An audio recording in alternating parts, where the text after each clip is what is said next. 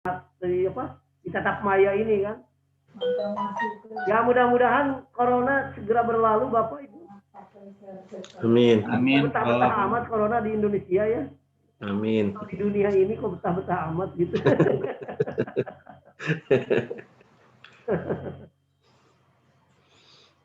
Ya Pak Ade, selain Pak Ade silakan Pak. Yang lainnya mau saling sapa dulu.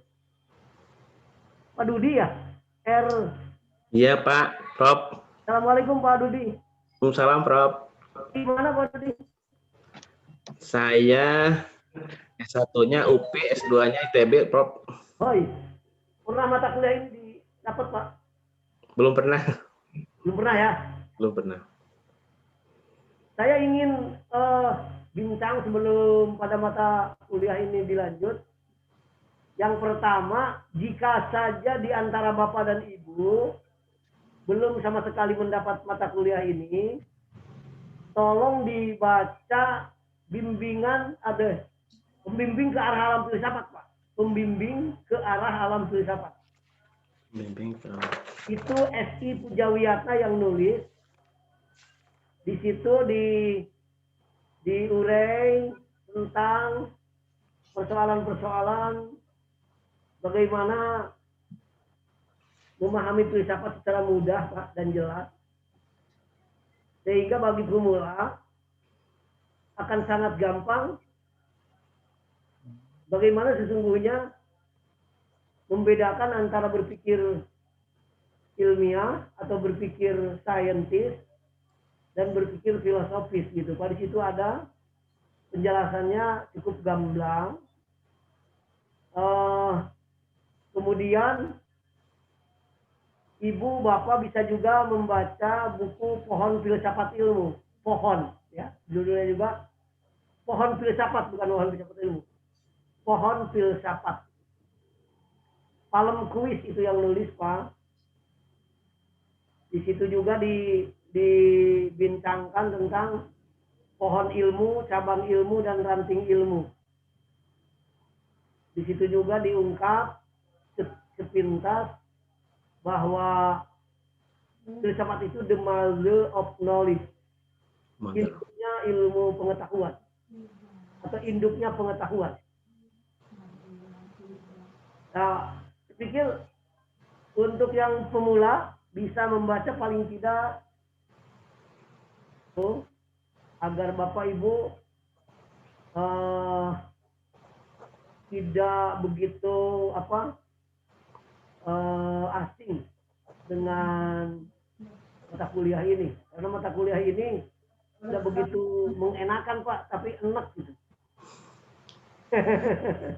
Ya Pak Budi ya, karena apalagi kalau Bapak berlatar belakang dari eksak, sepertinya ada berbelit nih mata kuliah ini Pak. Saya pernah baca buku Surya Sumantri, Dok. Oh, Filsafat Ilmu ya? Iya. Yang biru itu Pak? Iya. Ya bagus. Cetakan keberapa itu Pak? Logonya Ganesha itu. Betul, Ganesha banget itu.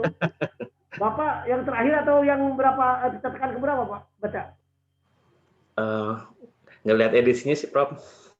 Cuma ya ngelihat edisinya yang biru aja, biru tua. Yang berapa halaman itu Pak? Yang tebal. Yang paling gede bukan? Ada banyak ilustrasinya. Oh ya. Ada yang terakhir Pak, 2017 sampai 700 halaman itu Pak. Masih itu, masih Yuyun. Oh Yuyun. Masih Yuyun itu. Surya Sumantri ya. Ya kalau pertama, kedua sampai ke belasan itu sekian sampai ke 12 Pak Yuyun belum memperkenalkan Tuhan di situ Pak. Atau belum bersentuhan dengan nilai-nilai religi itu. Tapi sangat murni sains itu Pak. Beliau menulis filsafat ilmunya itu. Baca buku terakhir tebal 700 halaman lebih, itu akan lebih mengasihkan lagi Pak. Makasih Pak Rudi, kalau udah baca itu berarti udah ada gambaran. Iya Prof. Silakan yang lain bincang-bincang dulu. Kecuali kalau mau dimulai. Prof nggak sekali paham Prof, dahinya harus kerenyit dulu. Oh, Apa-apa, bagus itu Pak. Kalau sekali paham nanti Bapak sombong. Harus berkali-kali untuk paham, Prof. Bapak, Ibu, ada yang ingin saya sampaikan satu lagi nih. Filsafat ilmu yang dulu sempat tafsir, Pak. Dosen ITB, filsafat ilmu di ITB juga, Pak, beliau. Ahmad Tafsir, dosen Ahmad filsafat ilmu di Tafsir. ITB ngajar dia. Mhm. Belum baca itu, Pak Dudi? Belum ya? Belum, Prof. Kalau buku Pak Tafsir, itu judul bukunya itu, judul besarnya Filsafat Ilmu. Dalam kurung judulnya itu, sebagai anak judulnya, mengurai ontologi, epistemologi, dan aksiologi pengetahuan. Jadi dia membatasi pada hal-hal pengetahuannya saja. Ontologi, saya ulangi, epistemologi dan aksiologi pengetahuan. Itu Pak Tafsir. Sampai dia mengurai secara ontologi, epistemologi, dan ontologi ilmu-ilmu yang aneh, Pak. Seperti santet, pelet, di situ ada, Pak. Jadi di buku beliau. Bagus juga itu untuk dibaca, bahan. Dan nanti saya ingin men-share pada ketua kelas nanti tentang silabus yang akan disampaikan atau dibahas, silabus filsafat ilmu yang akan dibahas oleh Bapak dan Ibu ke depan. Yang mengampu mata kuliah ini bertiga, Bapak, sesungguhnya. Satu, Prof. Didi sebagai koordinator. Lalu Profesor Dr. Tubagus Hasanuddin. Dan saya, bertiga. Beliau biasa memulai kemarin, mungkin sudah menyampaikan ke Bapak dan Ibu tentang hal-hal yang sangat mendasar, mengapa filsafat ilmu itu penting dan mengapa filsafat ilmu diberikan untuk semua tingkatan dan jurusan gitu. Baik, gimana? Bisa dimulai Pak Dodi? Atau menunggu teman-teman dulu? Sudah mulai saja, Prof. Udah 35. Mulai, Prof. Gimana? Prof. Sudah 10.35, Prof. Udah ya? Udah lebih 5 menit ya? Ya, Prof. Baik, bismillahirrahmanirrahim. Assalamualaikum warahmatullahi wabarakatuh. Waalaikumsalam warahmatullahi wabarakatuh. Saya melanjutkan pertemuan dari Prof. Didi yang sudah disampaikan pada minggu kemarin oleh beliau.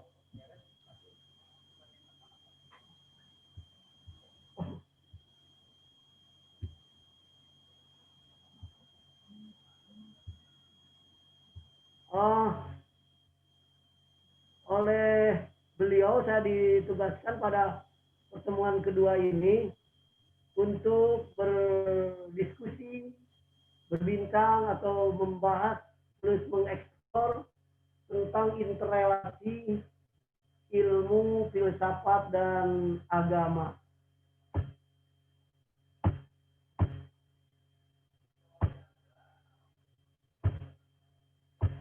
Baik, Ibu Bapak, ada 3 hal yang menjadi alat bagi manusia untuk menemukan kebenaran, yaitu filsafat, ilmu, dan agama. Saya ingin menyampaikan ke Ibu dan Bapak, bisa juga ini ilmu dulu, filsafat, lalu agama. Atau bolehlah mau agama dulu boleh, mau filsafat dulu boleh, mau ilmu dulu juga boleh. Itu sangat tergantung pada reasoning masing-masing. Mengapa? Karena akan sangat bergantung pada background masing-masing di antara kita, ibu dan bapak. Boleh jadi pengelolaan kehidupan ini dalam berperilaku, bersikap, bertindak, berucap, atau berujar, kadang dasarnya ilmu, tapi kadang dasarnya filsafat, kadang dasarnya agama. Yaitu sangat bergantung pada background individu dalam kehidupan ini. Sah-sah saja dalam dunia empirik atau dalam dunia realitas ini dilakukan. Hanya saja boleh jadi ada yang simultan, boleh jadi ada yang parsial, atau boleh jadi ada yang mendahulukan dulu apa di antara tiga ini. Yang jelas di antara karya yang berkaitan dengan ketiga istilah ini, saya ingin menyebut misalnya salah seorang ahli yang bernama Endang Saifuddin Ansori. Endang Saifuddin Ansori itu menulis buku langsung, judulnya adalah Ilmu, Filsafat, dan Agama. Beliau mengurai apa itu ilmu, apa itu filsafat, dan apa itu agama.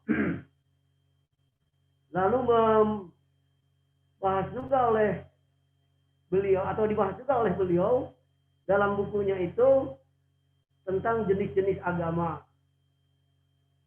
Yang menurutnya adalah ada agama budaya, ada agama wahyu.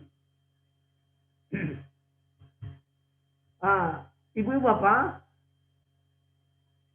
sama-sama ketiganya ini adalah untuk mencari kebenaran, alat ya, tiga-tiganya sebagai alat untuk mencari kebenaran.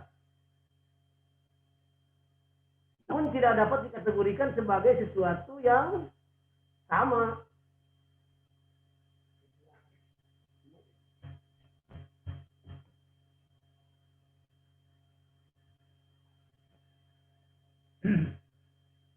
Namun ketiganya tidak dapat dikategorikan sebagai sesuatu yang sama atau sinonim. Secara umum, filsafat dianggap sesuatu yang sangat bebas, merdeka, karena ia berpikir tanpa batas. Sampai yang tidak bisa ditembus oleh ilmu, sains, yang tidak bisa ditembus oleh hal yang lain, oleh filsafat bisa ditembus. Sampai persoalan Tuhan pun ditembus. Artinya dipikirkan. Sedangkan agama lebih mengedepankan wahyu. Bisa juga ada yang menyerupai wahyu itu ilham. Dari zat yang dianggap Tuhan atau yang disebut Tuhan. Itu oleh para filosof dibincangkan tentang Tuhan. Ya kalau sains mana bisa berbicara itu. Karena sains ada keterbatasan dalam konteks dunia empirik. Nggak bisa dalam dunia empirik menjamah, menyentuh, dan mengeksplor hal-hal yang berkaitan dengan dunia abstrak atau transendental. Baik. Ibu bapak, segala sesuatu yang berasal dari Tuhan dalam perspektif agama adalah sebuah kebenaran yang tidak dapat ditolak. Sedangkan ilmu adalah sebuah perangkat metode untuk mencari kebenaran. Nah, antara filsafat dan ilmu sama-sama tidak memiliki tokoh sentral. Sebagaimana agama yang disentralkan pada Tuhan. Dengan kata lain, dapat dikatakan bahwa setiap masalah yang dihadapi manusia, maka mereka akan menggunakan 3 macam alat tersebut untuk mencapai penyelesaiannya. Agama menjadikan bahwa filsafat dan ilmu sebagai alat untuk mempertajam pemahaman terhadap agama justru. Sehingga kebenaran terhadap agama semakin kuat.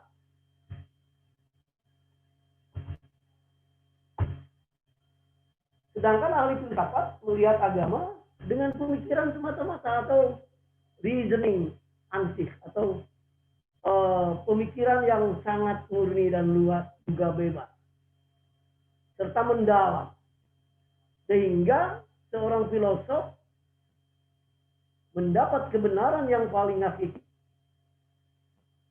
Sedangkan ilmu pengetahuan sebenarnya sebuah alat yang sangat sederhana karena tidak dapat digunakan oleh semua orang dalam kapasitas dan kemampuan masing-masing manusia. Artinya apa? Tadi teman kita Pak Dudi sudah membaca buku karya Yuyun Surya Sumantri yang sudah dicetak puluhan kali sehingga terakhir dicetak tahun 2017, halamannya pun berkali lipat dari percetakan sebelumnya. Itu lebih dari 100 halaman dia buat. Di situ tercermin bahwa ada tingkatan pengetahuan manusia, yaitu tahu di tahunya. Ini disimak aja dulu, saya tidak akan dulu mulai. Paling tidak urutannya tahu di tahunya. Yang kedua, tahu di tidak tahunya. Yang ketiga, tidak tahu di tahunya. Dan yang keempat ini paling parah, tidak tahu di tidak tahunya. Ini versi Yuyun Surya Sumantri yang tadi teman kita sudah ada yang membacanya. Sekalipun dengan jujur beliau mengakui harus berulang-ulang membaca buku tersebut. Baik, Ibu, Bapak, meskipun ilmu pengetahuan, filsafat dan agama sama-sama bertujuan untuk menemukan kebenaran, namun ketiganya mempunyai sumber kebenaran yang berbeda-beda.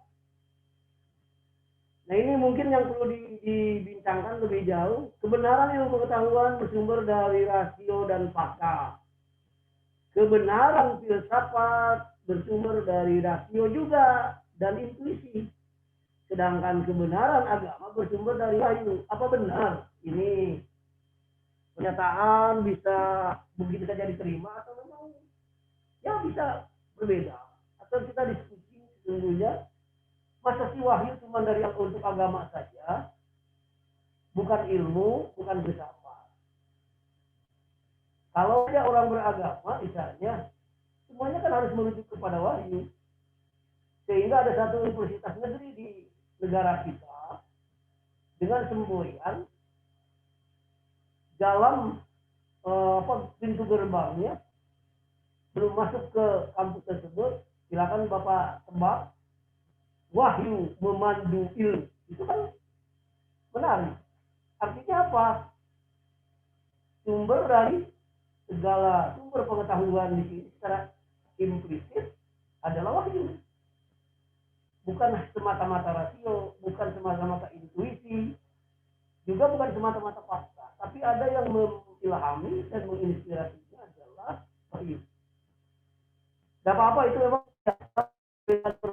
dalam konteks sains, perbedaan sumber kebenaran tersebut melahirkan tingkat kebenaran yang berbeda pula untuk ilmu pengetahuan, filsafat maupun agama.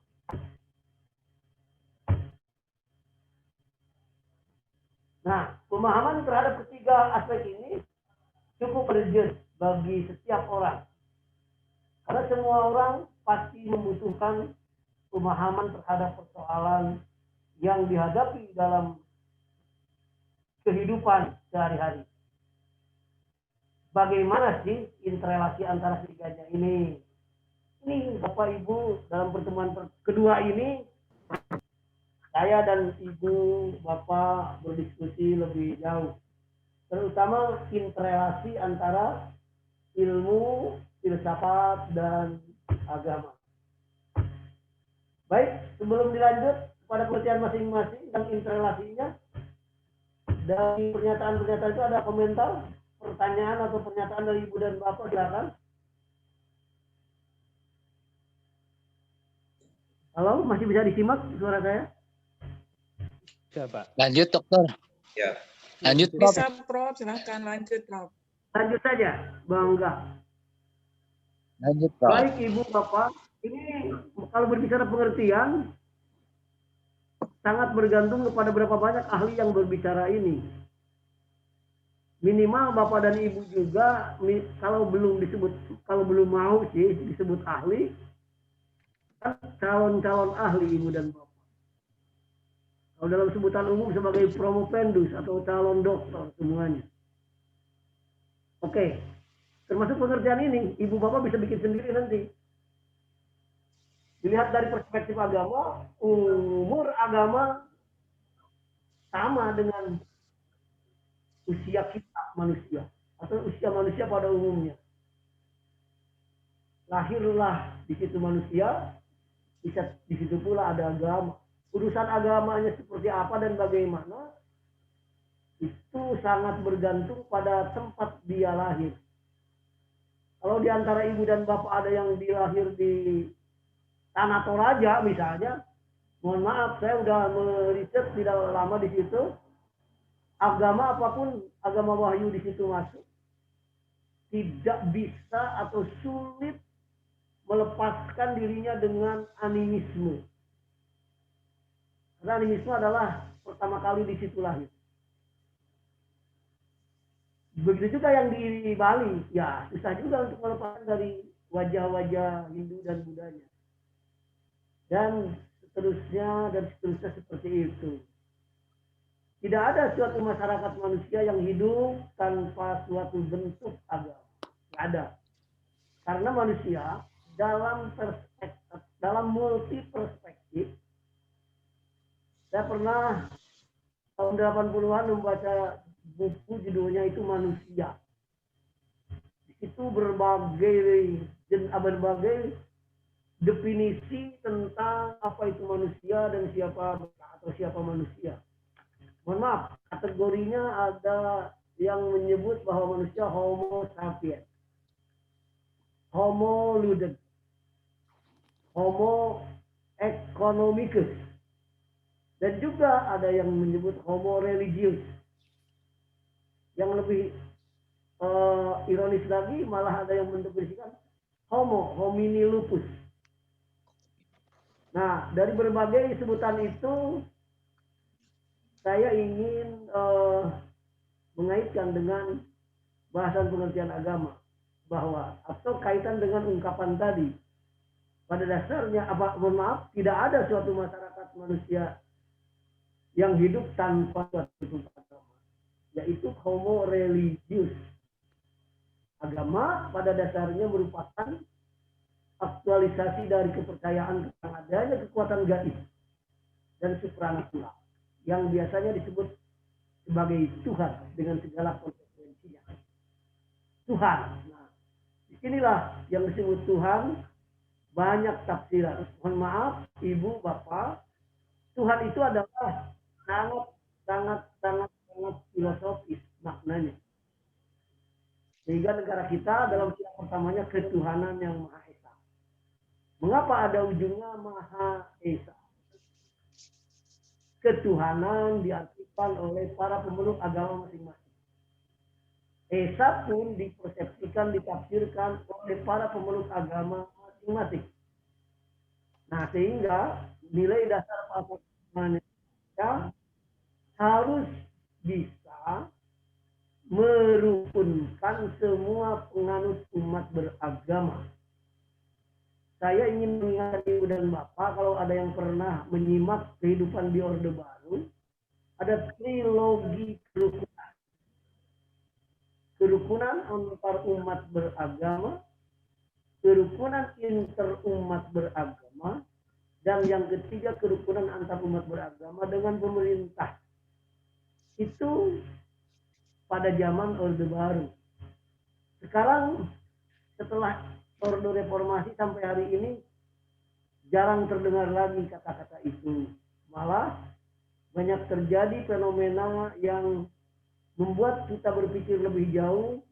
Mengapa hari ini manusia semakin cerdas, semakin pintar, semakin banyak yang bergelar doktor dari berbagai disiplin ilmu, semakin banyak yang bergelar profesor doktor dalam berbagai disiplin ilmunya pula, tapi tanda petik kekacauan di antara para pemanut umat beragama seringkali kita dengar akrab di telinga kita.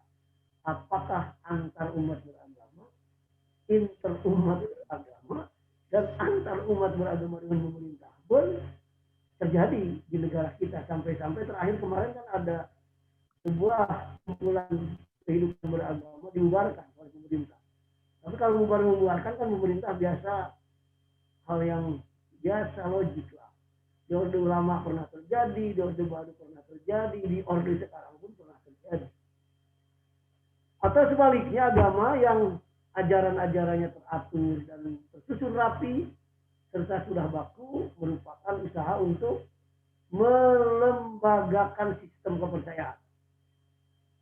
Garis bawahi, melembagakan sistem kepercayaan, membangun sistem nilai kepercayaan, upacara dan segala bentuk aturan atau kode etik yang berusaha mengarahkan penganutnya untuk mendapatkan rasa aman dan tentram. Ya, kalau dalam era COVID ini bisa ditambah ibu bapak, tidak hanya aman tapi imun dan iman semakin meningkat. Itu karena memang agama.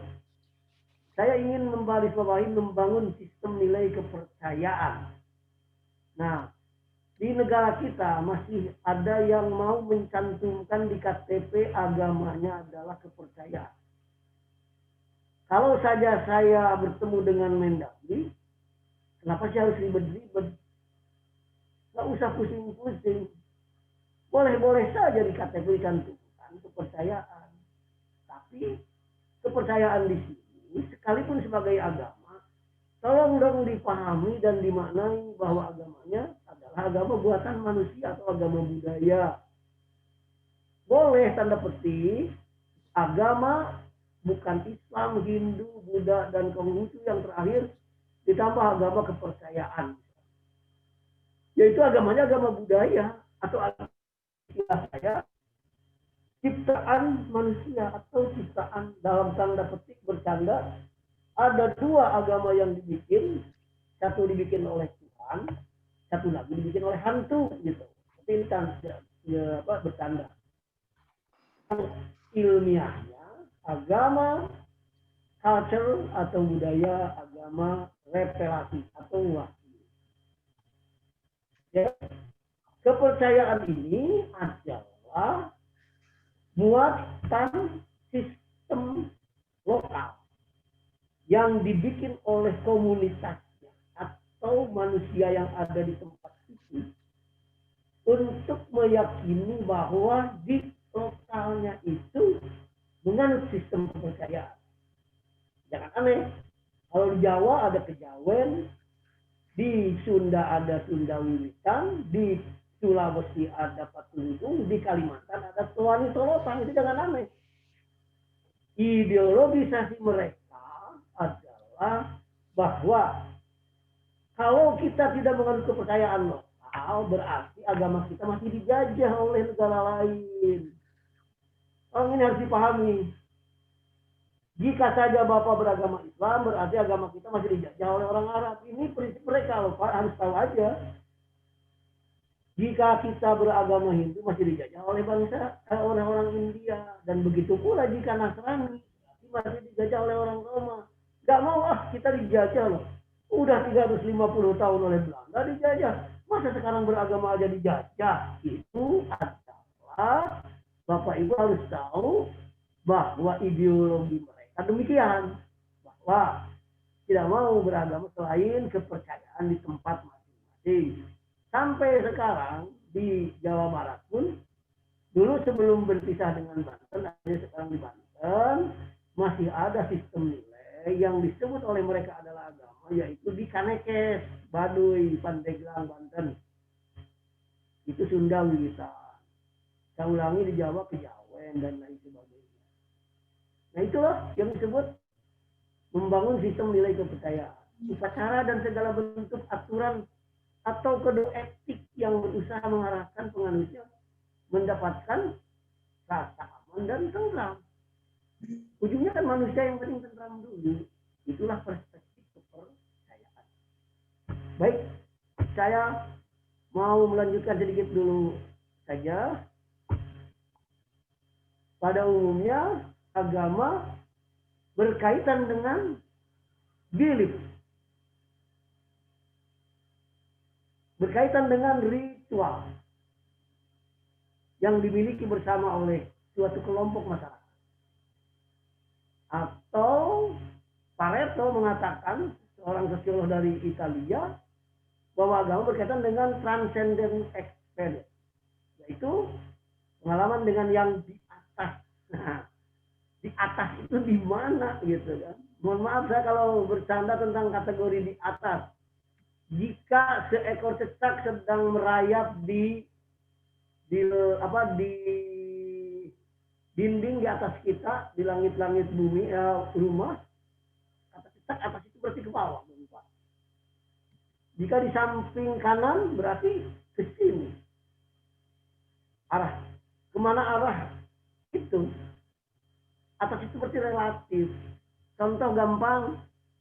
Di lantai 2 kita berdiam. Berarti atasnya itu di lantai 3. Ya, kata lantai 1. Atas itu di lantai 2. Sementara kata orang yang di lantai 2 berarti atas di lantai 3, 4 dan selanjutnya. Di atas saja kan sudah relatif. Nah, artinya masih filosofis kata atas. Atau sesuatu yang berada di luar. Di luar sesuatu yang tidak terjamah. Intangible beyond. Agama begitu penting dalam kehidupan manusia. Mengandung aspirasi-aspirasi manusia yang paling dalam, sublim.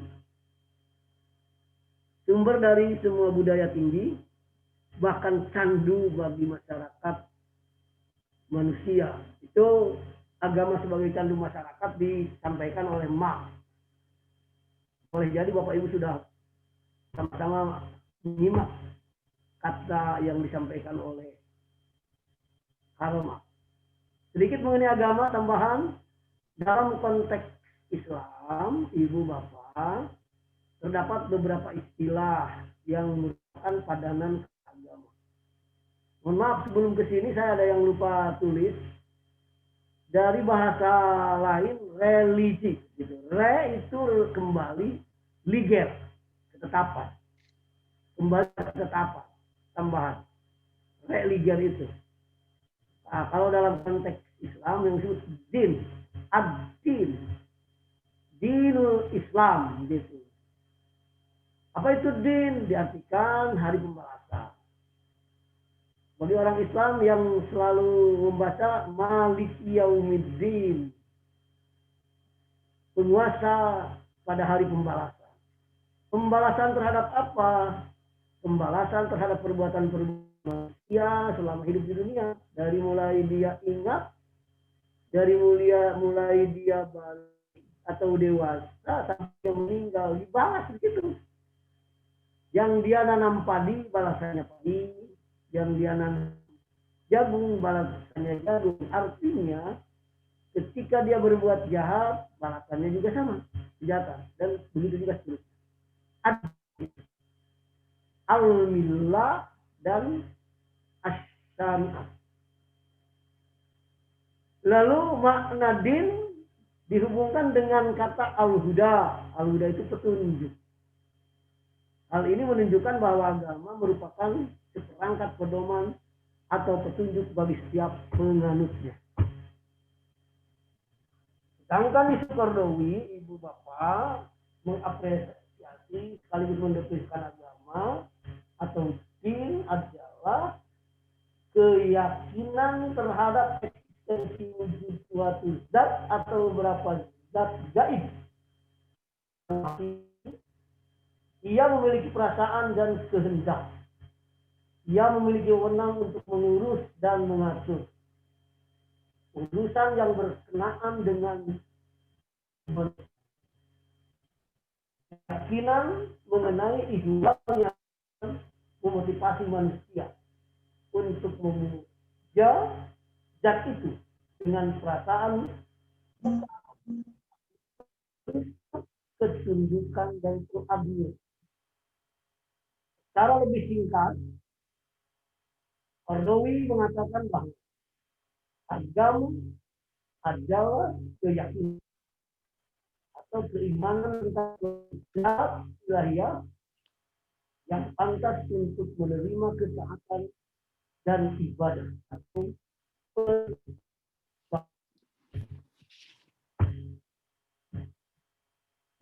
adapun mengenai definisi agama dari segi sosioantropologi, terdapat dua strategi yang dapat digunakan, yakni substantif dan definisi fungsional.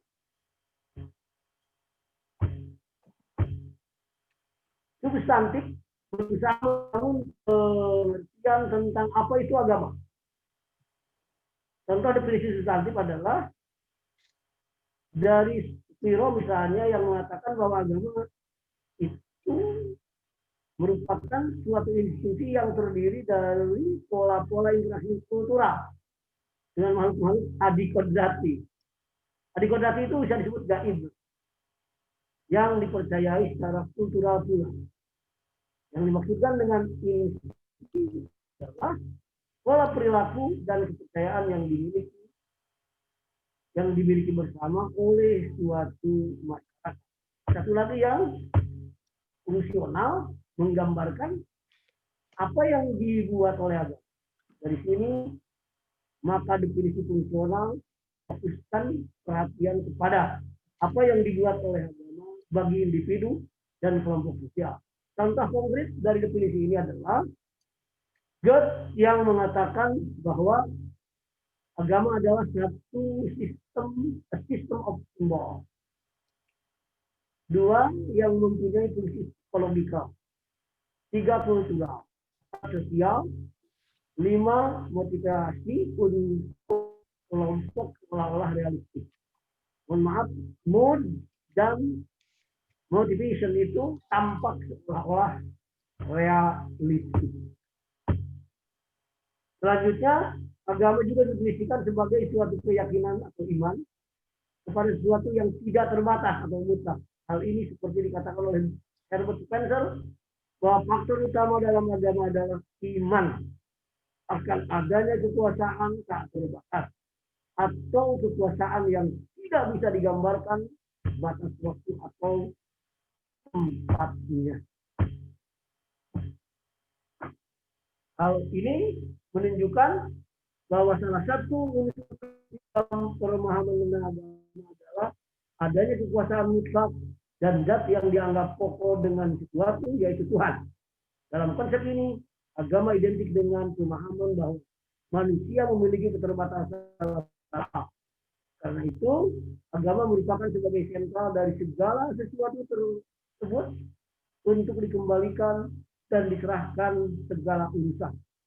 Kadar penyerahan segala urusan ini memiliki tingkat yang berbeda bagi agama dan aliran tertentu. Bapak Ibu, dari beberapa definisi tersebut, secara substansi hampir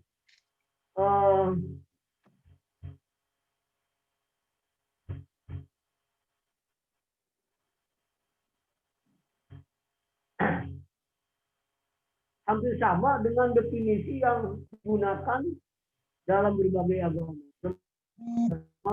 Islam. Dalam Islam, agama dipercayai terdiri dari dua unsur pokok, yaitu belief atau kepercayaan atau akidah, dan partner of behavior atau ritual atau syariah sebagai konsekuensi daripada akidah tersebut. Dalam konsep Islam, kepercayaan atau akidah adalah rukun iman, sedangkan ritual atau syariah adalah rukun Islam. Ibu Bapak, sebelum saya lanjut, mangga silakan ada komen atau pertanyaan? Boleh, pertanyaan juga boleh. Silakan. Gimana suara saya bisa disimak bagus nggak di situ Pak, Ibu? Bagus, Prof. Bagus, Pak. Ada nggak komen? Kalau nggak, saya lanjut dulu, Ya. kemudian Bapak Ibu komen. Saya bertanya, Prof. Silakan. Bertanya, Prof. Boleh, Bos. Ya, baik, Prof. Silakan, Pak. Apakah benar agama itu merupakan Yang- suatu keturunan juga, Prof? Kurang jelas, Pak. Silakan. Apakah benar bahwa agama itu merupakan suatu keturunan? Itu fakta sosial apa? Iya, ada. Ya. Fakta sosial ada, Pak. Tapi bukan itu sesungguhnya. Itu hanya fakta sosial saja, Pak. Sosial beragama gitu. Filosofinya begitu. Gimana, Pak? Ya, karena ada beberapa yang memberikan suatu komentar bahwa agama A, B, dan C gitu ya, itu yang memeluk itu karena berdasarkan dari beberapa keturunan-keturunan seperti itu, sehingga yang dasarnya itu tidak mengikut kepada yang maha kuasa awalnya seperti itu. Jadi berdasarkan keturunan begitu, Pak. Begitu. Ya ini ada yang komen seperti itu gitu. Ya. Mohon maaf aja, Prof. Gak apa-apa. Solusi saya ulangi, fakta sosial seperti itu terjadi, Pak. Mohon maaf. Saya ingin menyebut yang berlatar belakang etnik tertentu, bangsa tertentu, pasti agamanya kan tertentu pula. Bisa dipahami itu, Pak. Bapak belum tentu beragama Islam kalau Bapak lahir di Bali. Bisa paham ya? Iya, betul. Itu aja gampang. Ya. Dan juga saya belum tentu beragama Islam kalau saya lahir di NTB atau Papua. Begitu kan, Pak? Iya. Tapi ada yang lahir sama tapi agama berbeda. Ya. Bapak, saya ingin bercanda aja. Abu Bakar dan Abu Lahab sama kan lahirnya? Iya. Dua abu itu kan beda agama, beda sama lahirnya. Ya. Hari ini malah ada yang ironis, Pak. Sekeluarga beda agama. Iya, Prof. Gampang aja, saya contohkan. Sule punya istri baru. Karena cerai kan dengan istri pertama. Iya. Agamanya, si Natalia namanya ya. Bukan Islam kan? Apakah itu merupakan paksaan juga, Prof? Fakta sosial. Sosial ya? Fakta sosial agama. Jangan tak terlalu jauh Bapak menilai. Udah saja yang penting Sule berinteraksi dengan individu yang berbeda agama. Tapi Sule menarik untuk dirinya, untuk calonnya itu sehingga dia sampai ditutup rapi sekarang kan awalnya kan terbuka dia. Ya. Itu fakta sosial agama. Ya. Nah, ada fakta sosial, ada perilaku sosial agama. Dan ada definisi sosial agama. Dan begitu. Secara faktual, fakta. Saya ingin mengutip sebuah ungkapan yang disampaikan oleh Nabi Muhammad, Pak. Semua yang lahir itu adalah dalam keadaan fitrah, Pak. Bapak pernah menyimak itu nggak? Ya. Oke. Ya, betul. Apal betul kan Bapak itu ungkapan aslinya? Kullu mauludin yuladu ala fitrah. Betul kan? Betul. Yuhawidanihi au yumajitanihi au yunasironihi. Gitu kan? Ya. Nah, gitu kan? Itu fakta. Jadi ini sudah digambarkan di bekas abad yang silam oleh Rasulullah. Dia Nasrani, dia Yahudi bergantung kepada kedua orang tua. Itu kan faktor sosial yang dipengaruhi oleh kedua orang tuanya kan begitu, Pak. Ya. Malah secara psikologis, ibunya yang pertama, kedua ibunya, ketiga ibunya, keempat baru bapaknya. Ingat itu, Pak. Itu fakta kan? Iya. Lalu hari ini malah di medsos viral ribuan agama tertentu pindah kepada agama tertentu. Begitu kan menarik. Oke, itu kan agak beragama. Makanya yang unik dan menarik ini ada anekdot malah Pak. Sorry, saya ingin menyampaikan anekdot ini. Ada seorang penganut agama tertentu. Dia pindah kepada agama lain. Dengan alasan apa? Karena di agamanya terlalu banyak aliran katanya, pasti aliran A, B, C, D sampai Z gitu. Pindahlah ke agama yang lain. Nah, sengaja tidak menyebutkan agama apa dan ke agama apa. Ternyata Bapak, Ibu, setelah pindah ke aliran agama yang dia pilih, si aliran itu lebih banyak lagi dari agama yang sebelumnya dia anut. Itu Pak, Ibu. Makanya satu agama, sebuah dilema malah sungguhnya. Tapi bagaimana sebuah agama menjadi penyelesai dan penjawab dan membawa solusi bagi semua problema. Mestinya kan demikian, Pak.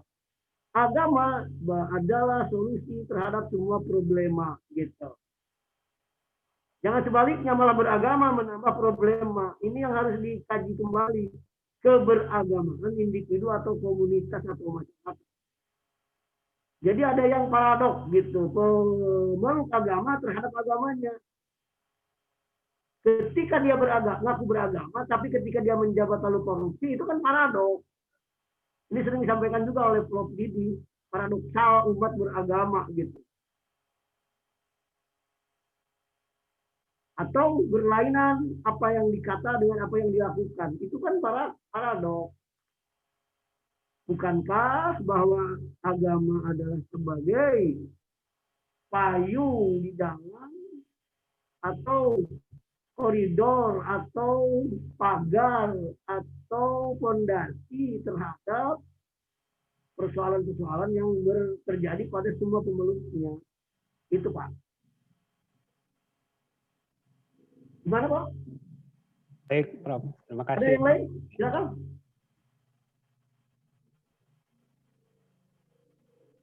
Saya Prof. Ari. Silakan. Coba santai aja. Supaya sudah ngantuk. Ini kan siang-siang begini. Enaknya ngopi saja Pak. Sambil ngobrol, bukan mikir gitu. Bapak jangan terlalu mikir, udah aja sambil lalu gitu. Kalau apalagi dunia tatap maya ini kan Bapak bisa sambil tiduran, silakan aja. Dunia juga nggak apa-apa, yang penting masuk apa yang saya tayangkan gitu aja. Kalau misalkan cukup nanti di-share kepada ketua kelas, silakan. Kilabinya nanti saya berikan kepada ketua kelas. Oke, silakan. Ada lagi? Ya, saya Ari, Prof. Ya. Filsafat itu mencari kebenaran. Nah, persoalan. Ya, Ari lanjut. Ya, yang saya tanyakan, apakah kebenaran yang sudah ada atau kebenaran yang belum ada? Jadi yang saya tanyakan, kebenaran yang sudah ada atau kebenaran yang belum ada? Kedengaran, Prof? Ya, lanjut Pak. Ya, yang saya tanyakan itu filsafat itu mencari kebenaran. Ya, terus? Nah, kebenaran yang sudah ada atau kebenaran yang belum ada, Prof? Yang ada dan yang belum ada, Pak.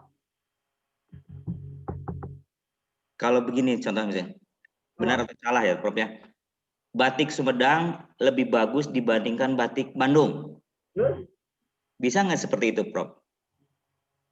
Lalu saya mencari dasar-dasar. Itu termasuk filsafat bukan, Prof? Oh iya masuk, Pak. Cuma juga masuk filsafat, Pak.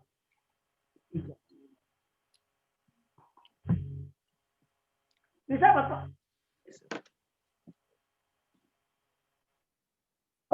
Hari. Jadi kalau yang mencari kebenaran semuanya filsafat, Prof? Kan ada agama, Pak. Dan ada ilmu. Kalau Pak Rohman lebih ganteng dibanding saya, itu sangat filosofis. bukan? Sangat filosofis. Oh, filosofis. Karena ada yang lebih ganteng lagi daripada yang lebih ganteng. Nah, benar Pak Ari nggak? Ya, Pak. Kalau Pak Ari berbicara dengan Pak Rohman, ya berarti antara Pak Ari dengan Pak Rohman. Bagaimana kalau Pak Rohim bicara? Ya, Ya, Prof. belum Pak Joe Biden yang belum dilantik jadi Presiden Amerika.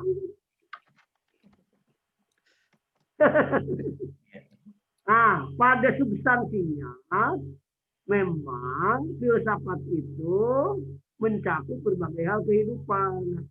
Sampai-sampai hal yang tidak bisa ditembus oleh pikiran pun dia tembus gitu, Pak. Ya ada batas intinya, Pak, gitu. Tergantung pada aliran yang dia kembangkan. Itu Pak Ari. Ya, Prof. Pak Ari pernah belajar filsafat? Dia satu enggak? Di S2, Oke. Filsafat ilmu atau filsafat? filsafat semuanya, Prof. Oh, filsafat umum berarti. Boleh nanti baca buku saya juga dengan Prof. Didi. Ada filsafat ilmu, ada filsafat saja. Saya juga sudah tulis lama itu. Boleh. Ya, Prof. Di e-booknya udah ada. Atau nanti saya bagikan ke teman-teman. Dari yang karya Prof. Didi dengan saya kali. Siap, Prof. Jadi ibu, bapak, makanya tadi saya sebut. Di pembimbing ke arah alam filsafat tentang ada. Ada itu kan ada yang bersifat umum, ada yang bersifat khusus. Oke, di situ bisa diikuti Pak, Ibu. Halo? Ya, siap, Prof. Mana yang bersifat khusus, mana yang bersifat umum. Yang bersifat umum itu adalah segala sesuatu yang ada secara umumnya. Atau yang berada secara khusus. Khusus itu orang tertentu atau kelompok tertentu. Seperti adanya planet selain bumi, itu kan oleh ahli tertentu. Tapi orang yang mengatakan tidak ada, belum tentu bahwa itu tidak ada. Nah, makanya saya ingin berjumpa di jelang hari. Pertanyaan pada Ibu dan Bapak, apa arti ada atau definisi ada gitu ya? Tentu dalam pendekatan filsafat. Ada yang mencoba nggak?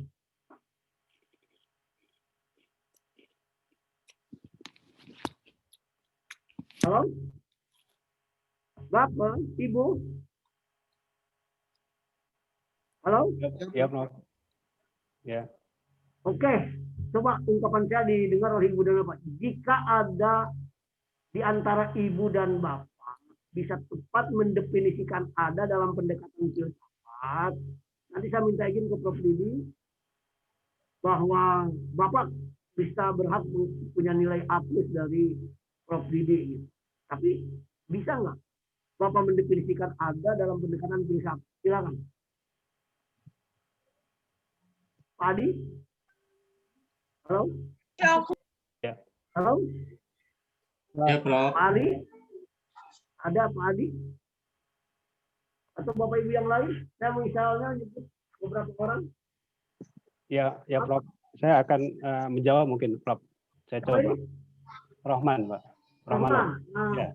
silakan Pak Rohman. Ya. Atau Pak Ada Rohman itu karena mau nggak ya. kasih nilai bagus? Nilai A.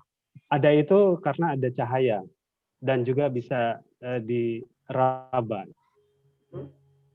Ada itu karena ada cahaya dan bisa diraba. Itu. Ya. Jadi kalau tidak ada cahaya dan tidak diraba berarti tidak ada gitu. Ya, secara logika seperti itu, Prof. Oh, makanya kan ini kan Pak filsafat kan menggunakan rasio atau logika. Ya. Secara logika bahwa ada itu dilihat ada karena ada cahaya dan juga bisa diraba seperti itu.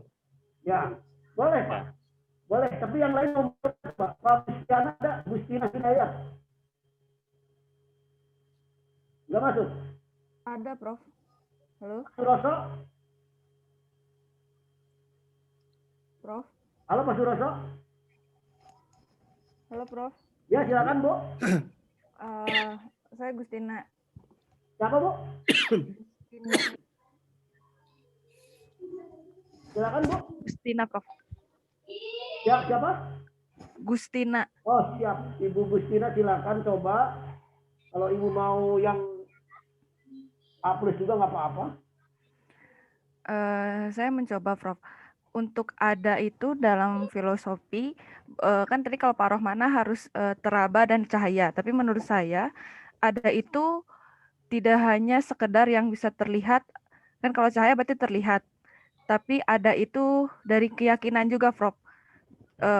Sudut pandangnya itu dilihat dari sisi agama. Seperti tadi, Tuhan. Tuhan itu kan, Allah itu kalau dalam Islam kita tidak melihat secara fisikly itu ada atau tidak, tapi cukup dengan keyakinan kita dalam hati itu, Prof. Tanpa keyakinan gitu. Iya. Jadi Dari, kalau tidak ada yang yakin berarti tidak ada, Bu.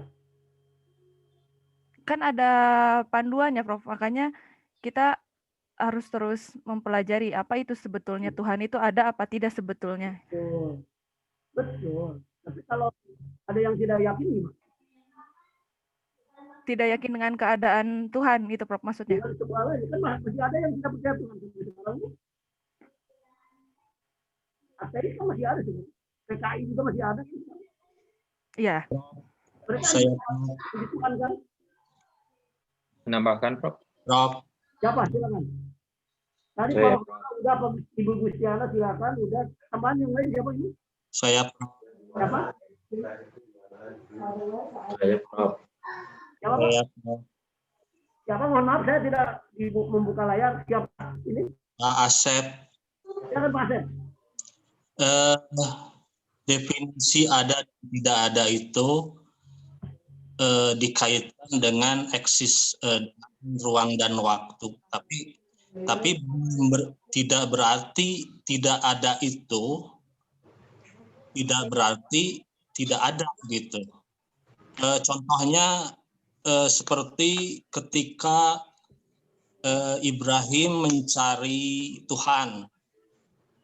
Dia mencarinya ya seperti kita ketahui bahwa Tuhan yang dicari Ibrahim itu kan secara keberadaan dilihat dari ruang dan waktu, dia mencarinya bahwa Tuhan itu matahari, Tuhan itu bulan begitu. Tapi ketika dia melihat ternyata malam, matahari tidak ada, dia mencari Tuhan yang benar-benar Tuhan gitu. Jadi eksistensi ada dan tidak ada itu tidak berarti tidak adanya bukan berarti tidak ada gitu. Mungkin itu saja secara ininya, Pak. Oke, makasih Pak Asep, Pak Rohmana, Pak Gusti, Ibu Gustiana. Saya ingin ngasih clue Pak, supaya Bapak Ibu tidak terlalu jauh mikirnya. Kasih clue cuma 3 kata Pak, Bu. Definisi Tuhan yang saya temukan dalam pendekatan filsafat. 3 kata Pak, silakan. Ayo. Saya ulangi, Ibu Bapak, sebelum dilanjut menjawab yang lain, kalau masih mau ada yang coba, saya kasih clue 3 kata Pak. Ibu. Silakan, yang lain mencoba lagi. Bu Neni ada nggak? Adidin. Ada. Boleh coba, Prof. Siapa ini? Bu Neni. Prof, saya mau tanya, Prof. Ibu Andina. Prof, silakan Ibu Andina, silakan. Mungkin ada itu lawan dari ketiadaan, Prof. Lawan dari Ketiadaan. belakang. Oh, ini mendekat Bu Andina. Lumayan ya, Prof, berarti. Ya, kalau dinilai masih Lawan ketiadaan. sampai 7. Baru nyampe itu. Lawan dari ketiadaan. Clue 3 kata. Belum nyampe. Lawan dari ketiadaan. Clue-nya udah bagus. Lawan dari ketiadaan. Clue 3 katanya udah bagus. Masih ada yang belum Pak. Iya, silakan, Prof. Hanya itu ke pemahaman saya sih, Prof. Terima kasih, Prof. Ya nggak apa-apa, tapi udah mendekat. Ibu baru dapat 7. Yang lain baru dapat 5. Alhamdulillah. Yang lain baru dapat 5, Pak.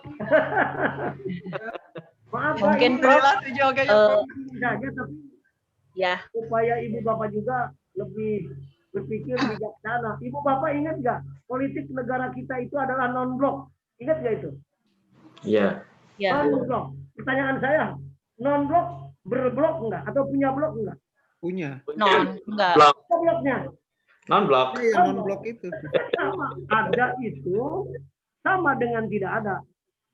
Tidak ada itu sama dengan ada. Ada sama dengan ada dan ada sama ada. Tiada juga sama dengan tiada bisa. Ibu tinggal memaknai dan membreakdown dari konteks non-blok. Negara kita politiknya non-blok. Berblok dong. Bloknya itu non-blok. Ingin saya lebih konkretkan ke Ibu dan Bapak. Bahwa tidak ada ciri itu adalah ciri. Jadi pahami nggak itu? Iya. Mau dikonkretkan nggak kalau ingin lebih paham? Jelas. Mau? Mau dong, Prof. Silakan, Prof. Bapak punya ikan cupang ya yang sama segalanya. Saya ingin sebut di sini yang sudah nanya Ibu Rohmana. Pak. Rohmana, mohon maaf. Tuh kan kalau disebut Ibu mah kamu Pak. Jadi harus salah namanya. Pak Rohmana, Ibu Gustiana dan Pak Asep. Mohon maaf Ibu Andiana. Tiga ini punya ikan cupang sama. Ingin membedakan mana punya Pak Rohmana, punya Pak Rohmana digunting ekornya. Oke, itu punya Pak Rohmana ya. Cirinya apa? Digunting. Lalu punya Ibu Gustian, digunting kumis. Nah, silakan.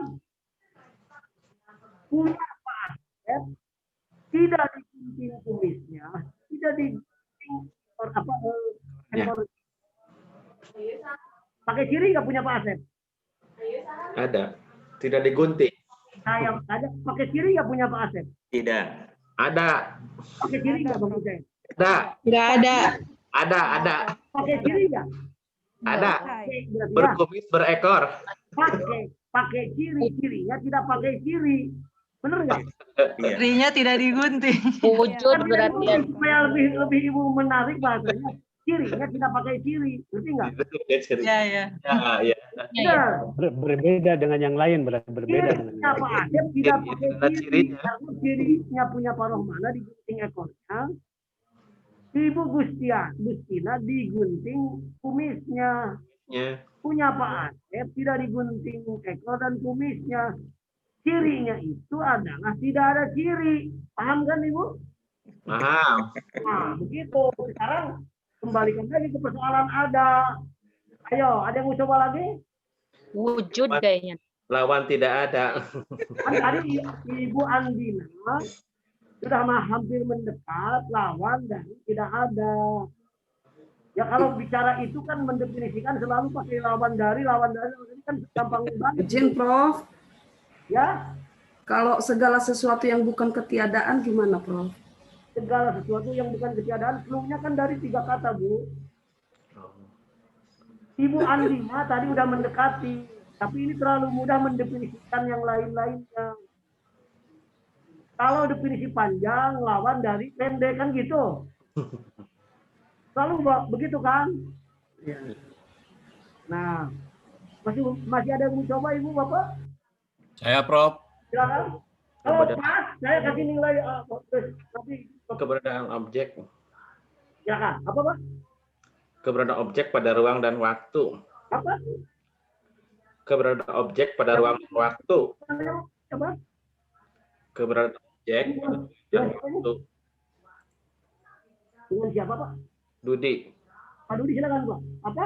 Keberadaan objek pada ruang dan waktu. Keberadaan Objek pada objek ruang dan waktu. dan waduh Pak udah. Clue-nya aja udah lewat Pak ini. Clue 3 katanya aja udah lewat. Ya, Prof. Sandra, Prof. Saya, Prof. Mas Chandra coba, Mas Chandra silakan. Ada itu tidak ada itu adalah tidak ada. Adalah tidak Ya. ada. Adalah Tidak. ada. Clue-nya bagus. 3 betul. Tapi dengan Ibu Andina ini. Bukan adalah. Kalau adalah kan jelas-jelas salah, Pak. Kalau sama dengan tidak ada itu bisa ditolerir. Ya, maksudnya itu, Prof. Satu lagi, Prof. Siapa ini? Ibu siapa? Coba Prof, saya jawab Prof. Saya, Prof. Ibu siapa ini? Leni, Prof. Ibu Leni. Ya, sesuatu yang ada itu berwujud, dong, Prof. Leni bisa nih, Bu. Bu Leni. Berwujud, kalau menurut saya ada itu berwujud. Iya. Kan wujud itu bahasa Arab, Bu. Wujud Ada kan? itu bahasa Arab dari Arab. Iya. Coba saya Kan jawab yang 30-nya. tembus pandang, yang tidak tembus pandang juga berwujud ya, Prof. Gimana? Ya kan kehidupan itu kan tadi tembus Siapa pandang itu? dan juga Siapa? tidak tembus Siapa? pandang. Yang tembus pandang itu semuanya kan ada walaupun tidak berwujud kan? Ini dengan siapa yang ngomong? Saya nggak melihat namanya. Siapa, Bu? Ya. Ibu siapa? Ya, Prof. Ibu siapa? Leni. Oh, Ibu Leni. L. Silakan, Bu. Leni. Silakan, Bu Leni. Apa? Ya. Kan tadi bahasa Arab itu kan wujud, ada gitu kan. Betul. Jadi artinya kan kehidupan itu kan ada yang tembus pandang, ada juga yang tidak kan gitu. Yang dua-duanya itu kan sebenarnya ada, berwujud. Terus? Bisa dirasakan, ada yang bisa dilihat, ada bisa dipegang, ada juga yang tidak kan. Kan kalau dibalikan Ibu bisa lain. Tidak bisa dirasa, tidak bisa dipegang, tidak bisa dilihat. Nggak ada cinta berarti dong, Prof. Oh ya makanya. Cinta kearifan. Makanya. Itu harus, kan salah satu syarat untuk membuat definisi itu harus menyeluruh. Mungkin saya coba deh. Siapa ini? Pak Ya, siapa? Prof. Hilman. Pak Hilman, silakan. Ada itu karena tidak ada. Coba sebab akibat namanya, Pak. Bukan Prof, definisi. coba Prof. Siapa ini? Tahmat, Prof. Pak Rahmat. Tahmat. Tahmat, T depannya Tahmat, Prof. Silakan, Pak Rahmat, silakan. Iya. Antara ada dan tiada, Prof. Itu mah tuh Pak, puisi namanya, Pak. Saya jawab lagi, Prof. Siapa Prof ini? mana? Izin Prof, boleh Apa? jawab. Prof mana jawab lagi? Prof. Apa? Prof mana jawab lagi, Prof? Pak Rahmana janganlah kasih tahu yang lain. Oh, jangan. Izin Prof, Zaki. Maruf. Prof, Didin. Izin Prof. Siapa ini? Ya, Didin. Halo Prof. Izin Prof. Nah, Izin Prof. Pak, ini harus Ibu Bapak perhatikan, tidak ngantuk. Silakan, Bu siapa nih yang terakhir? Ibu siapa? Pak Prof boleh coba, Pak Prof. Izin, Dok. Ibu siapa? Ibu, saya Pak Prof boleh coba? Siapa Ibu? Feni, Pak Prof. Ibu Penny silakan. Silakan. Ada dan tidak itu tergantung dari keyakinan dan perasaan. Itu tafsir ada, Bu. Silakan yang lain. Suroso. Dok. Prof. Prof. Dadan, Prof. Suroso, Prof. Sebut nama, saya belum bisa dipersilakan. Siapa? Dadan, Prof. Pak Dadan, silakan. Ya, ada itu perbedaan, Dok. Ada itu perbedaan. Ada itu perbedaan. Ini juga tafsir, Pak. Silakan. Suroso, Izin, Prof. Siapa? Prof. Siapa? Siapa, Pak? Siapa? Suroso, Prof. Siapa? Suroso, Pak. Suroso, silakan. Suroso, iya. Pak Suroso, silakan. Ya, ada itu segala sesuatu yang bukan ketiadaan. Udah Pak Suroso. Izin Ya, Ditolak. Pak Prof izin Mardalena Pak. Silakan Ibu Mahdalena, silakan. Apa yang ada barangkali Pak? Apa yang ada? ada. Tidak. Masih ada nih yang penasaran, silakan. Izin Prof. Prof. Halo Prof. Zaki, kebetulan dan coba-coba, Prof. Trial dan error mungkin. Ada dan tidak ada. Sesuatu yang berbeda. Siapa yang mau coba lagi, silakan. Yang, Prof. Izin, Prof. Mencoba. Sesuatu yang tidak ada tapi dapat diyakini, Prof. Siapa ini? Ada yang menciptakan dan ada diciptakan katanya itu. Halo Sebelum Prof. Tidak ada itu ada. Ada itu adalah hakikat keberadaannya itu sendiri, Prof. siapa ini? Siapa? Ada tapi dapat Ujang Heri, Prof. Pak Ujang Heri, silakan Pak Ujang Heri. Ada itu adalah hakikat dari keberadaannya itu sendiri, Prof. Hakikat dari keberadaannya itu sendiri. Cluenya aja udah lebih dua, Pak. Silakan. Halo Prof. Ada Prof. Siapa? Prof Budi. Saya, Prof. Adam Prof. Jamin, Prof. Pak Adam, silakan Pak Adam. Ya. Ada tidaknya tergantung keyakinan. Tafsir itu Pak Adam. Ada yang mau coba lagi yang lain? Boleh. Kalau bukti dari ketiadaan gimana, Prof? Siapa? Dede, Prof. Pak Dede, silakan Pak Dede. Beradaan itu dikaitkan ruang dan waktu, Prof. Silakan Pak Dede. Tidak berarti tidak eksis. Sedangkan yang ada tidak berarti objek. Gitu kumasanya PM ini. Ya, kawan ini. silakan yang lain Pak. Ya. Budi, Prof. Silakan. Pak Budi. Ya. Sesuatu ada sesuatu yang diperlukan. Ya Allah tuh adil, ada yang gantung. Saya Prof. Yang izin Prof, boleh? Boleh seorang lagi dah boleh. Seorang lagi silakan kalau mau. Saya Prof. Seorang lagi. Saya Prof. Yamin Prof. Siapa? Yamin Prof. Siapa? Yamin. Pak Yamin. Pak Yamin. Jadi kalau saya ilustrasikan seperti angka 0, Prof. Angka 0. 0 itu tidak ada tapi ada gitu, Prof. Gimana? Saya ilustrasikan seperti angka 0. Angka 0 itu tidak ada tapi ada gitu, Prof. Ada nilainya. Jelas ada, Pak. Angka 0. Satu lagi, Prof. Halo, Prof. Jadi kalau angka semuanya 0. Gimana, Pak?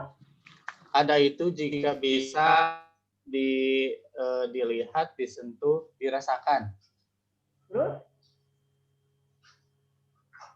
Itu paling, Prof. Gimana, Pak? Jika bisa dilihat, disentuh, dirasakan keberadaannya. Ya. Tapi apa? Ada kan Pak yang tidak dilihat, bisa disentuh? Saya menyimpulkan 2 kata, Prof. Itu nyata. Ya. Ya, Ibu Bapak, nanti gimana, penasaran Pak? Kasih tahu nggak saya? Kasih tahu, Prof.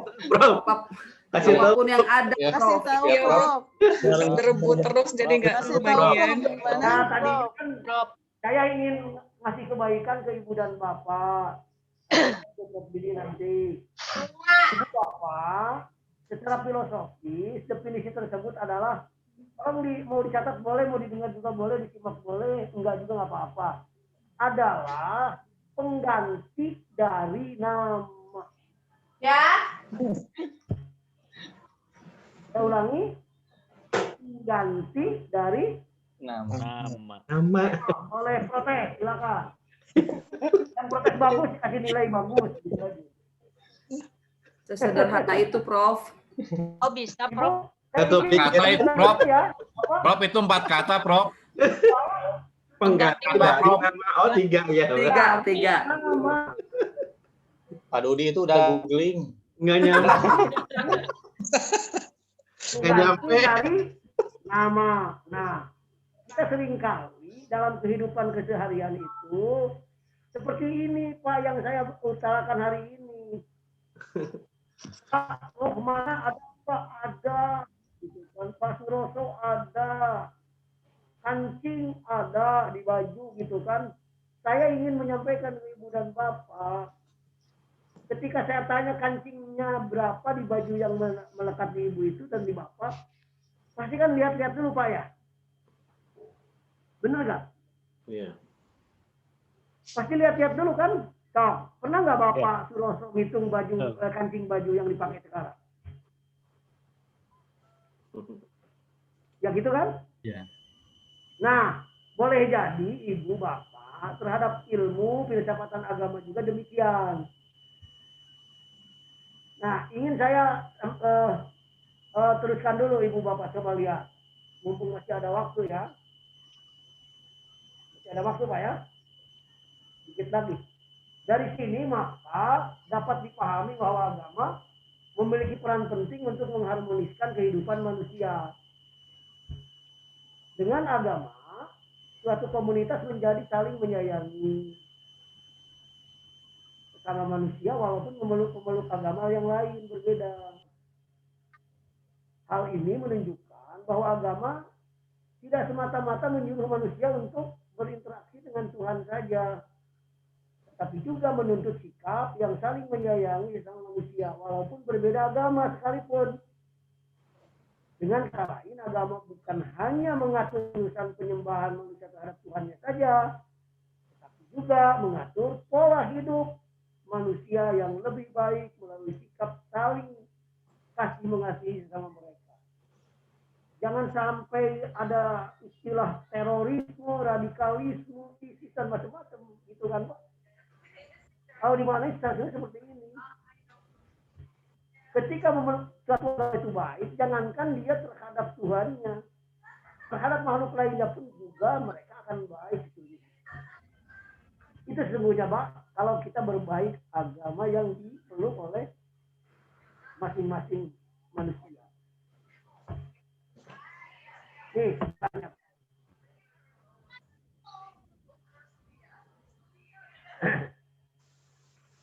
Ada teori 3 Pak yang menghantarkan tentang kita hidup beragama. Teori jiwa, teori batas akal, dan teori wahyu atau revelasi. Satu teori jiwa. Lihat, simak Ibu Bapak.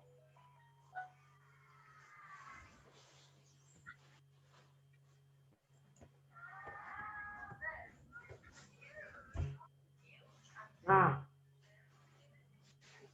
manusia hanya lambat laun mulai sadar bahwa gerak dalam alam itu atau hidup itu disebabkan oleh sesuatu hal yang ada di samping tubuh jasmani. Dan kekuatan itulah yang disebut jiwa. Jadi tidak hanya badan kasar aja. Intinya di teori jiwa. Ibu pernah mimpi nggak, Bu? Bapak pernah mimpi? Pernah, Prof. Pernah, Prof. Lihat diri kita kan. Demikian manusia mulai membedakan antara tubuh manusia yang ada di tempat tidur dan suatu bagian dari dirinya yang pergi ke lain tempat. Bagian lain itu yang disebut jiwa. Bapak Ibu, halo Pak Dadan. Halo Pak Ibu Mahdalena, halo. Siap, Pak, siap. Ya, Prof. Mimpi kan? Siap, Pak, sering. Sering, Pak. Ya, maksudnya bahwa di samping mata melotot, coba Ibu sekali-kali pejamkan mata. Kalau dipejamkan mata banyak yang terlihat nggak, Bu? Gimana, Pak? Maaf, Pak. Kalau dipejamkan mata banyak yang terlihat nggak?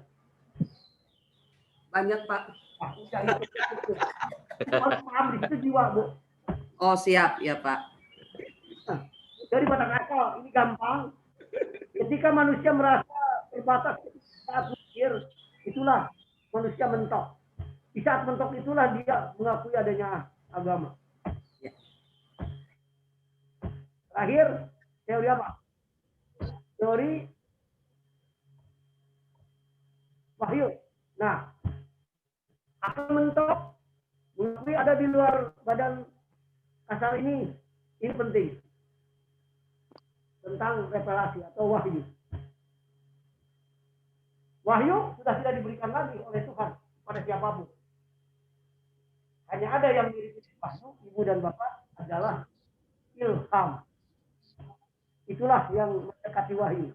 Dan ilham secara diberikan kepada siapapun. Nah, yang tidak bertuhan, yang tidak percaya kepada Tuhan, ada yang mirip ilham, disebut intuisi, itu aja.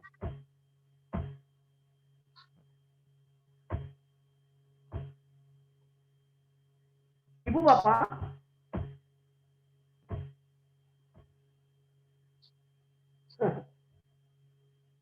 kita sampai saja dulu saya ingin menyampaikan yang terakhir dari kesimpulan pertemuan pagi ini.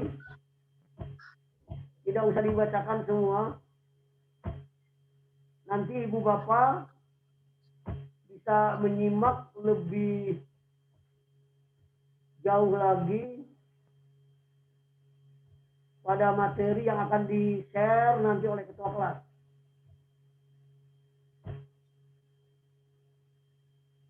Nah, ini kan inti kita bicara Ibu dan Bapak.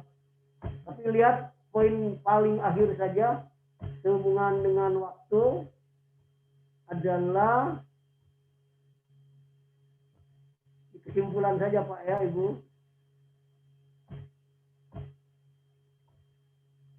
Karena Ibu hari ini harus tahu beda ilmu, filsafat dan agama, beda ilmu dan filsafat, beda ilmu dan agama, beda filsafat dan agama, kemudian korelasi antara ketiganya,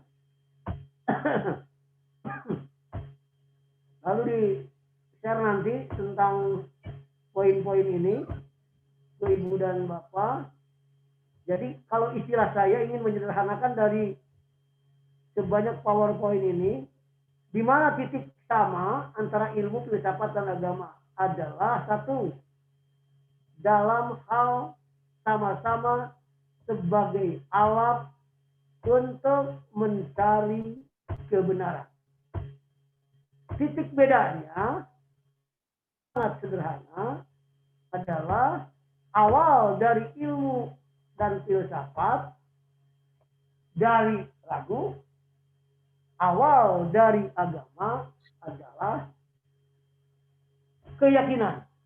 Dari pembahasan di atas, Ibu Bapak, saya ingin sederhana bahwa antara filsafat dengan ilmu serta agama memiliki hubungan yang sangat erat. Hal ini didasarkan pada tujuan ketiganya, yaitu mencari kebenaran.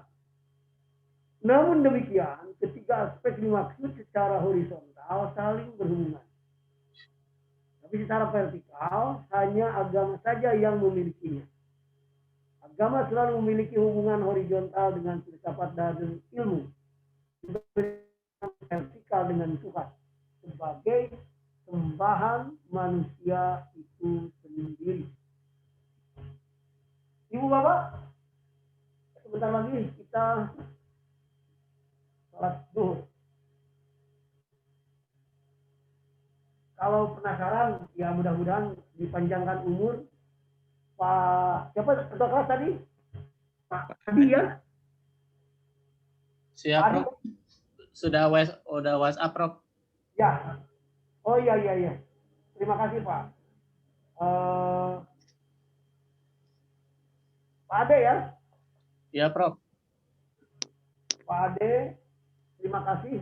Nanti bantulah teman-teman untuk menyimak tentang materi barusan yang ingin saya share kepada Bapak untuk teman-teman. Ya, Prof. Ya, untuk 2 orang maksimal. Kalau mau ada pertanyaan silakan. Tidak juga nggak apa-apa. Karena barusan udah pada banyak ngomong. Sampai saya catat ada 19 orang yang komentar barusan. Mungkin kalau ada yang belum sama sekali komentar, mau nanya, terakhir silakan. Tidak ada juga nggak apa-apa. Atau dari Pak Ade aja dulu, terakhir. Diwakili sama Pak Ade ketua kelas. Baik, Prof. Kan sekarang tuh banyak pemikiran-pemikiran yang sifatnya liberal, Prof. Apakah mereka itu lahirnya dari seorang filosofis atau bagaimana, Prof? Sehingga ya ada yang kurang jelas, Pak. Gimana, Pak? Ulangi, Pak. Ada yang kurang jelas. Ini di sini juga ada yang kurang jelas. Oke. Sekarang di negara kita itu banyak para pemikir-pemikir yang sifatnya liberal, Prof. Liberal. Ya. Terus? Apakah mereka itu terlahir dari buku-buku filsafat atau mencari kebenaran tapi tidak dibarengi dengan agama gitu, Prof? Paling gitu aja, Prof.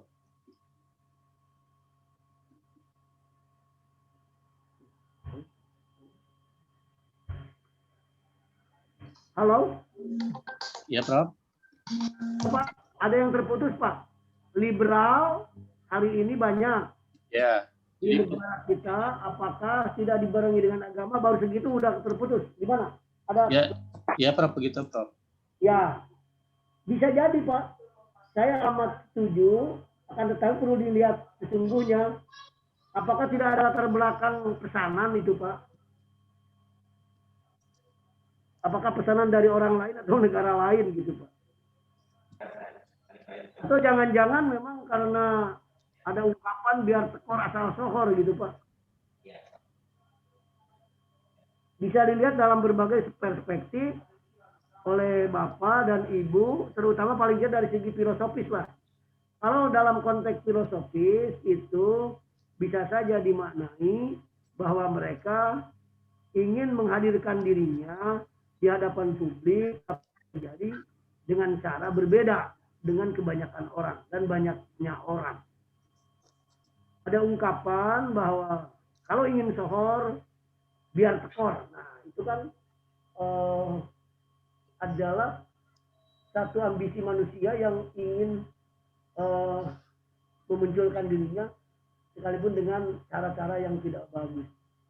Dalam politik ada yang disebut dengan permisif, serba boleh atau menghalalkan segala cara. Itu ada teorinya sesungguhnya Pak. Cara apapun yang penting muncul dan publish atau enak. Bisa saja itu terjadi Pak. Satu lagi ada Pak Ade. Prof, boleh nanya Prof? Prof, mau nanya Prof. Ibu siapa silakan. Leni. Bu Leni silakan. Ya. Ini Prof kan tadi kan dalam kehidupan itu ada yang tembus pandang, ada juga yang tidak tembus pandang. Nah, kalau yang tembus pandang kemungkinan kan bisa diukur, kita bisa melakukan riset gitu loh. Nah, kalau yang tidak tembus pandang, yang tidak bisa keraba, apa hasilnya itu bisa ini nggak, hasil risetnya bisa bisa diakui kebenarannya nggak? Misalnya gini, hubungannya tempat sepi dengan kehadiran makhluk halus contohnya gitu kan, apa itu bisa bisa diakui gitu hasilnya. Contoh kan kemungkinan semua yang ada di sekitar kita itu kan bisa dijadikan penelitiannya Prof ya. Ya. Nah, itu. Jadi apakah itu bisa nggak secara ini gitu ya. Saya kurang ngerti kalau misalnya ada mungkin ada gitu ya, ada yang penelitian ke arah sana gitu kan. Kalau mengenai agama kan ada ya, cuma ini antara yang tidak kita bisa raba, kita tidak bisa tembus pandang gitu. Sedangkan dari datanya aja kemungkinan ya artinya kalau angka 1, 2, 3 itu kan kita bisa kini ada gitu. Nanti ke depannya kita prediksi seperti apa tuh bisa bisa diprediksi. Nah, kalau ini kan yang tidak tembus pandang, misalnya kita hanya bisa merasakan gitu. Nah, apa itu pernah ada risetnya? Terus kemudian kalau hasilnya itu apa memang bisa diakui kebenarannya gitu, Prof? Ya. Ibu, terima kasih ya. Ya. Ibu sudah bagus, bisa disimak kata-kata suara saya bisa? Halo? Halo, Ya, Bu Leni? Prof. Bisa, Ya. Bisa Prof. Bisa ya? Bisa disimak suara saya? Ya. Bisa Prof. Coba Ibu nanti di rumah baca buku Pak Tafsir, Bu. Filsafat Ilmu. Ya? Ya, Prof. Ahmad Tafsir ya. Ibu di situ ada pengetahuan perspektif beliau, 1 pengetahuan sains, 2 pengetahuan filsafat, 3 pengetahuan mistik. Nah, yang Ibu tanyakan ranahnya di pengetahuan mistik, Bu. Ya, Prof. Oke, Ibu baca dulu nanti supaya nyambung diskusi. Karena ini waktunya sudah habis. Kecuali kalau kelas mengizinkan ada sedikit itu lain. Yang jelas bahwa perspektif saya yang ditanyakan oleh Ibu itu bagi orang tertentu itu bisa dilakukan, Bu, dan ada orangnya. Tapi kebanyakan orang masih jarang gitu aja, Bu. Ya, Prof. Itu aja gampang. Karena kalau ingin tahu segala sesuatu, ada caranya. Raih ilmunya dulu, gitu. Dengan ilmunya, ilmu yang Ibu tanyakan itu ada orang-orang tertentu bisa, gitu, Bu. Ya, Prof. Nah, perspektif Pak Tafsir itu mistik, pengetahuan mistik. Gitu. Pengetahuan mistik itu latihan, yakin, rasa, gitu. Tapi kalau filsafat itu kan bisa kalau dalam konteks pemikiran. kalau memang bisa dipahami dan rasional, kenapa tidak? Gitu, Bu, kalau dalam pendidikan. Oke, Bu Leni? Ya, Prof. Ya, mudah-mudahan tidak puas dulu ya, Bu. Betul, Prof. Jadi riut. Karena memang keberadaan sekarang kan dunia maya aja semakin nyata daripada dunia nyata, gitu kan, Bu? Betul, Prof. Makanya pertanyaan itu menarik. Ya. Saya kasih makan dulu itu nanti bisa diskusi lebih panjang. Kadang di luar nalar, Prof. Pengetahuan mistik, dan ibu yang tanyakan itu pengetahuan tentang mistik. Gitu. Mistik itu ke ranah yang memang tidak tembus pandang dan tidak kasat mata. Tadi saya kan ke ibu siapa tadi, ke ibu Malena, ibu pernah kalau mata melotot yang sekitarnya aja yang dilihatkan, coba pejam mata ibu. Nah, kalau dipejamkan kan ribuan memori ada di situ dan kelihatan. Betul, betul, Prof. Nah, dari situ aja ibu bisa dianalogikan. Jadi ternyata yang tembus pandang itu, yang tidak kasat mata itu tidak hanya di luar diri, tapi dalam diri juga banyak. Itu kan, Bu, ya? Siap, Prof. Terutama tadi dalam teori jiwa, dalam mimpi gitu. Ya, Ibu Bapak, pertemuan kedua interrelasi agama atau interrelasi ilmu filsafatan agama sementara cukup dulu. Mudah-mudahan kita berusia panjang untuk minggu depan bertemu kembali. Amin. Tentu berdiskusi yang lain. Amin, Prof. Dan tema yang lain. Hanya saja bolehlah 5-10 menit kalau memang ada hal yang belum bisa dipahami dari pertemuan kedua ini, bisa ada review minggu depan secara singkat dari teman-teman atau dengan demikian. Kurang lebihnya mohon maaf. Terima kasih Ibu Bapak atas perhatiannya. Nanti hal-hal yang penting saya sampaikan melalui Pak Ade ya, Pak Ade ya. Izin nanti Siap, Pak Prof. Ade, nanti teman-teman kalau memang ini harus lebih mantap lagi melihat. Demikian. Assalamualaikum warahmatullahi wabarakatuh. Waalaikumsalam. Waalaikumsalam warahmatullahi wabarakatuh. Terima kasih, Prof. Waalaikumsalam warahmatullahi wabarakatuh.